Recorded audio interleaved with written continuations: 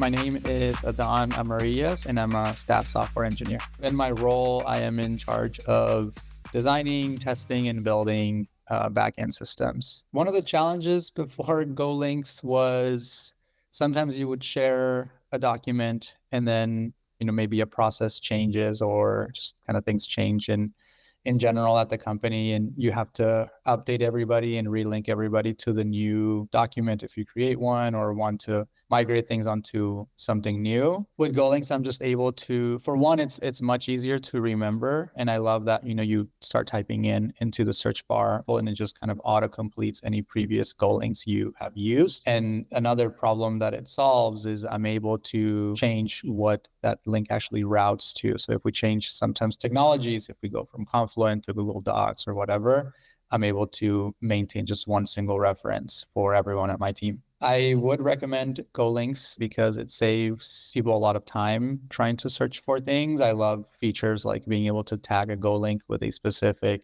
kind of just tag, and that allows people to find GoLinks that might be related. And sometimes there's a doc that exists for something, but maybe you don't remember exactly what it's called or what it was titled. And so linking things that way, I think, can be really helpful for others to just discover what's available.